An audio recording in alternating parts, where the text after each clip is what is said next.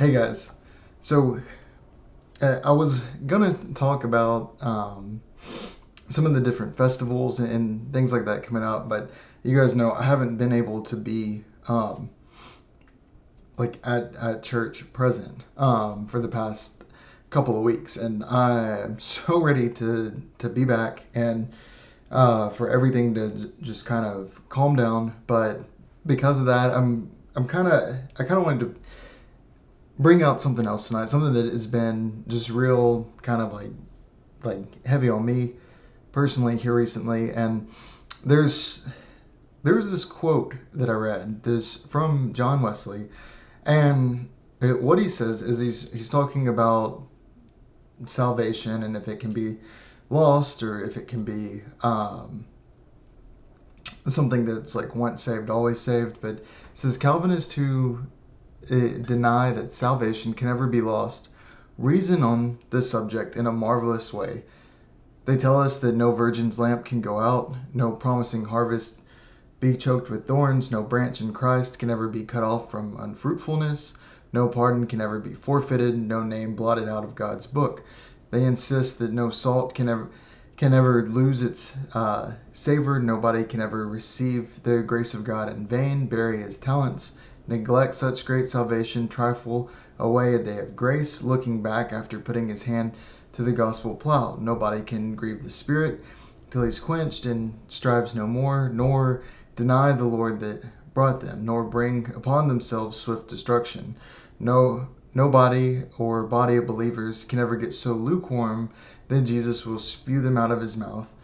They use reams of paper to argue that if one ever got lost, he was never found, that if one falls, he never stood, that if one was ever cast forth, he was never in, and if one ever withered, he was never green, and that any man draws back. It proves that he never had anything to draw back from.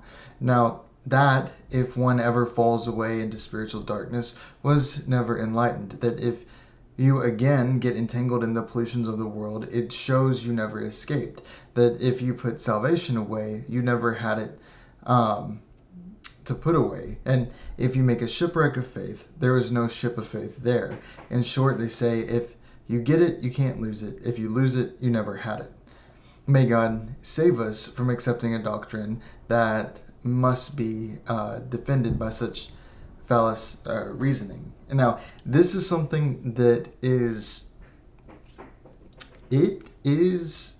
something to think about for sure. And now, as far as the debates about like your salvation and things like that, I think that people are missing the point. And this is something that should be totally considered. It should be something that is remembered, because even in the beginning, when there was the eating of the fruit, right, and the casting out of the Garden of Eden, even then we see God speaking with Cain and Abel, right, after this casting out, and God tells them that, and this is in Genesis 4, it says, in the process of time it came to pass that Cain brought an offering of the fruit of the ground to the Lord, and Abel brought of the firstborn of his flock and of their fat. And the Lord respected Abel and his offering, but he did not respect Cain and his offering. And Cain was very angry, and his countenance fell. So the Lord said to Cain, "Why are you angry, and why is your countenance fallen? If you do well, will you not be accepted? And if you do not do well, sin lies at the door, and its desire is for you, but you should rule over it." Right? And we know what happens after this. Cain goes on to kill Abel. And this is this kind of mentality of falling, right? He wasn't accepted, and he fell. And there's a lot of times, right? There's a lot of times in life where things will get so busy, things will get so crazy and so hectic, so isolated, right? Where church is something that is great. It's something that's great for us to come together for that edification, and it's like coals in a fire, where we keep each other warm, and we keep each other burning, right? And that's what we want. We want to keep that passion, and we want to keep that uh, connectedness in the body and in the spirit, and be of one mind as much as possible. But church isn't something that we just do on Sunday. Church is not something that we pay other people to do either. We don't pay Brother Harold to do church, right? For him to take care of the community, for him to give a sermon on Sundays, and we don't come to just sit and observe the sermon on Sundays, right? That's not church. Church is what you do in your life, right? And church is something that we do day to day, and it's all about being in service to others. And sometimes, and this is how I'm feeling, sometimes it seems like that takes you away from places where you really want to be. But your attitude is so important in this, because you can turn like Cain, and your countenance can fall, you can be upset, you can be these things, or there's a lot of good that comes from these things. And there's, I've talked to family members more in the past couple of weeks than I've talked to in a very long time, and same thing with friends, and just with everything going on. There's a lot of blessings that come from walking in that life. But Paul carries this attitude in the New Testament of what we would wish we would have seen Cain do in the Old Testament, right? When you go to Philippians in the first chapter, right, Paul opens up Philippians, and starting in verse 3, he says, I thank my God upon every remembrance of you, always in every prayer of mine, making a request for you with all joy for your fellowship in the gospel from the first day until now, being confident of this very thing, that he who has begun a good work in you will complete it until the day of Jesus Christ.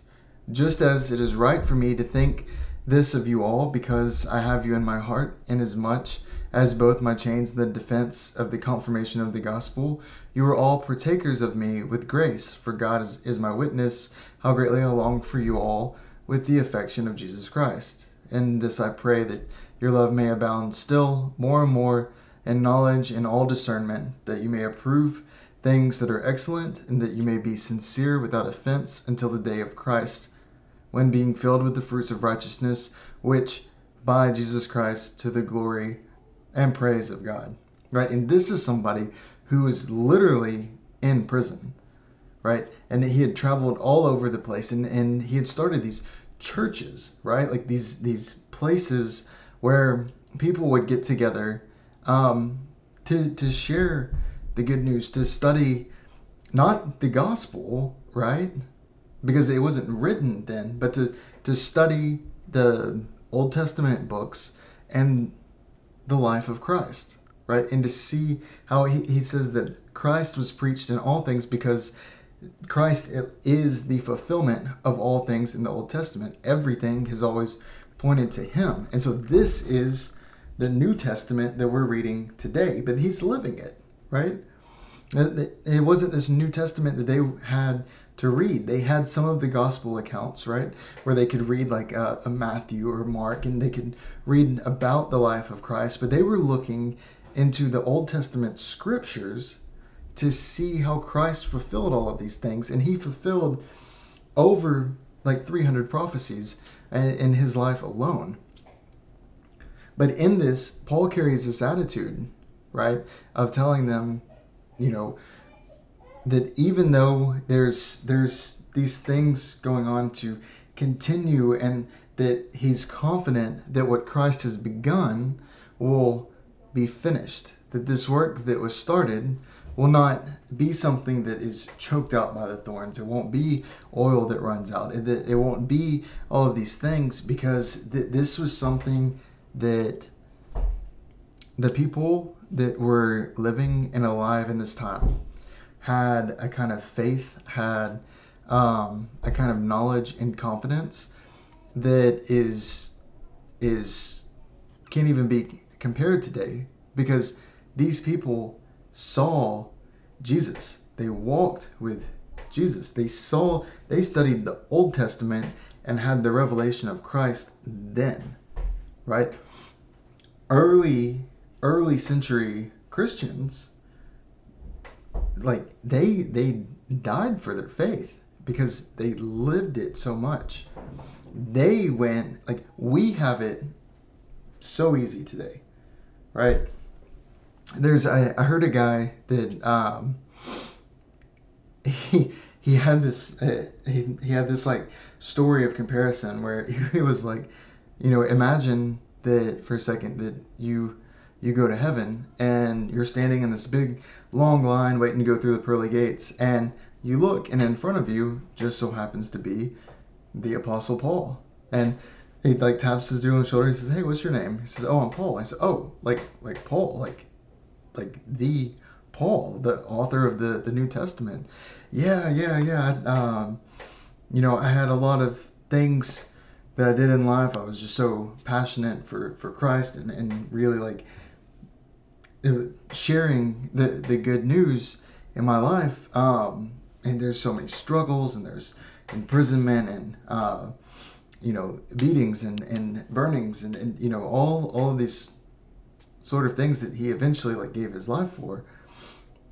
But then he turns and he shares all of these accomplishments, right? And then he turns to you, right? And he says, "So what did you do in your life?" And if you're if you're like me, if you're like anybody else, you say, "Oh, well, I went to church on Sundays. Like I took care of some of my, friends, family that were around me." Oh, okay. Were you guys just, was there oppression? Was it hard? Did you have to sneak around? Because, Paul, he had to sneak around, and people were after him, like after his life for this message. No, no, there's no oppression. Actually, I could get online and make a video and send it out to like pretty much the world. Anybody that wanted to listen. Oh man, that's amazing. You could just hear him, right? You could hear Paul saying, "That's amazing. You could just get online and share a video like that. Like you didn't have to get on a boat and sail across the sea, fight the weather, fight all the storms, get shipwrecked. You find another boat, find a way to make it there months later, and get to a new place, talk to them, convince them, tell them like the good news, share everything that you knew, and walking in the power of the Spirit. You didn't have to do any of that. You could sit down and just make a video. So what's your impact, right? And that story is just so, if you think about it, it's so powerful because we really do have it so good compared to the early century Christians. They died for their faith. They were strung up in the cities and lit on fire as like lamps for the street lights. They were beheaded. They were beaten. They were burned. Right? It was hard. It was a hard life, but they held to that faith. People don't hold on to that faith if it's a story, right? They don't hold on to that faith if it's made up. The Bible is 66 books that were written by 40 authors, right? Over the time span of like a couple thousand years. And there's never ever been a book like that, right? Then on top of that, it's historically accurate because they use the Bible in the Middle East to try to dig up and find locations of cities and people and stories, and they do it accurately, and they're digging up more and more and more artifacts that verify and validate what was said in the Bible, right? So it's a historically accurate account. But not only that, there's prophecies in the Bible that were written pointing to Christ before Christ that we know are historically accurate, and that we know Christ came afterwards on the timeline, because there's people that are in Christianity and outside of Christianity that believe in Jesus, or that will say and are recorded as saying that Jesus lived and walked among the people, right? But not only that, he fulfilled all those prophecies that pointed to him, that were foretold hundreds of years beforehand. They were told the way that he would die, the price that would be paid for him, the very, very specific accounts leading up to Jesus. And then if there's one thing that we know for sure, whether you're a Christian or atheist or whatever, is that Jesus lived and that Jesus died on a cross. Right? That is everywhere in history. But then there's this part that the Christians who were living in that day said, oh, he rose again. But not only did he rise again just to the people who were following him, but he rose again. He went and revealed himself to over 500 people in the city, right? Walked among the people before he ascended back into heaven, right? And these people that lived, that were being persecuted and they were being burned and beheaded and had this crazy faith, right? They saw that. They saw him die, and then they saw him with them again, right? And that's the reason for this faith.